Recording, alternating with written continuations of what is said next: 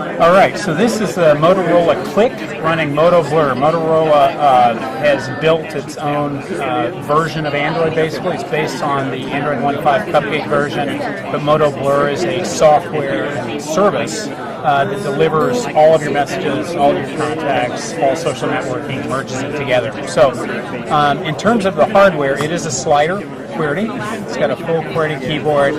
On the back, it has a 5-megapixel camera and little bat wing lights up there, which is kind of cool if you're demoing in the dark. So in terms of how the home screen is structured, it's incredibly customizable. So you've got a home screen, and you can flick to the right or the left, and as you flick, you'll see that I've set this up according to my preferences. I have my entertainment, news feeds, and widgets on this screen. Do you place the widgets where you like them, or?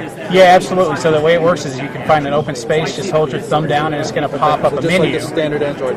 Yep, and it has all of the standard Android widgets plus the Motorola Blur specific widgets like happenings and calendar and messaging. So how many home screen panels are there to customize? There's 5. So there's center, and you can go 2 left and 2 right.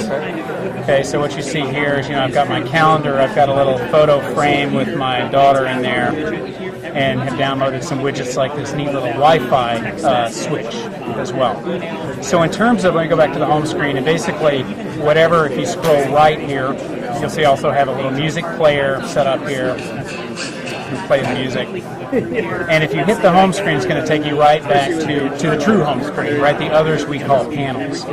So what makes this different is, first of all, on the home screen here, you see a couple of different widgets that you won't see in vanilla Android. This one is called the Happenings widget. And what this is doing is the Moto Blur service is connecting to Facebook, Twitter, and MySpace, and it's pulling all of the feeds from your different friends, and it's channeling them into this widget. So what you'll see on the front is real live information that's constantly being updated as Moto Blur pushes information out to you. So you can open that up, and you'll see the picture, and you can read the status updates. And as you flick right, you can continue kind of quickly seeing what these are about. If you want to make a comment, very simply, you can click on that and open up the keyboard, or do it via virtual keyboard and say, hi there. Okay, and you send that off, and it's going to update Facebook in this case. Which services does Blur integrate with? Facebook, Twitter? So in terms of social networks, it pulls your Facebook, MySpace, and Twitter feeds. It also pulls certain feeds out of Last.fm. And because this is a service, we can actually connect in new services at the server side.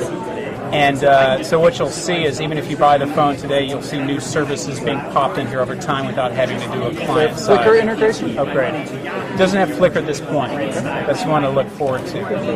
Okay, so that's the Happenings widget. You'll also see a widget here for messages. So same kind of concept. As I open that up, I can scroll through, and what I'll have here is all of my personal email, whether it's Yahoo, Gmail, any other POP IMAP source. It also Exchange support as well, right? It does support Exchange 2003 as well as 2007. So as I flick through here, I can see all of those and either reply, directly from these cards, or I can choose to go into the applications as well. So on the front here, these are widgets, one for messaging, one for happenings.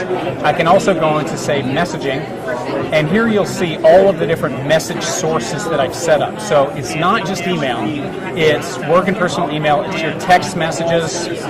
That's actually the universal inbox. So it's all the text messages you've seen. And of course what it's doing here, you'll see pictures populated for people Facebook, Twitter, coming from wherever, right? So I'll show you the context in a minute, but it's basically channeling all that together. So here are all the different message sources that I have set up. I've got my text messaging, Facebook messaging, Gmail, Motorola, MySpace, so on and so forth.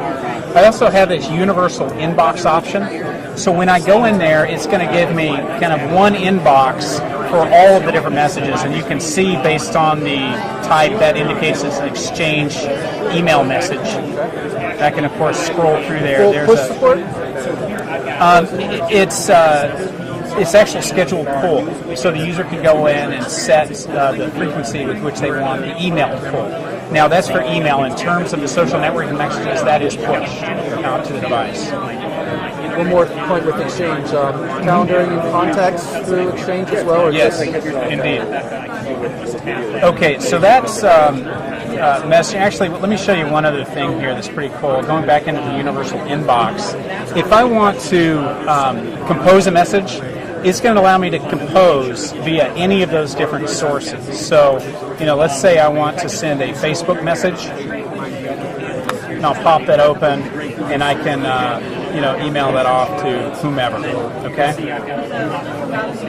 If I want to compose a message, let me show you an example in Exchange, and I'm going to show you something that's unique to MotoBlur. So, say I'm going to compose a message in Exchange. I'll send it out to the whole. I have a demo group set up here, so it does support sending to customized groups. And I'll just say hello.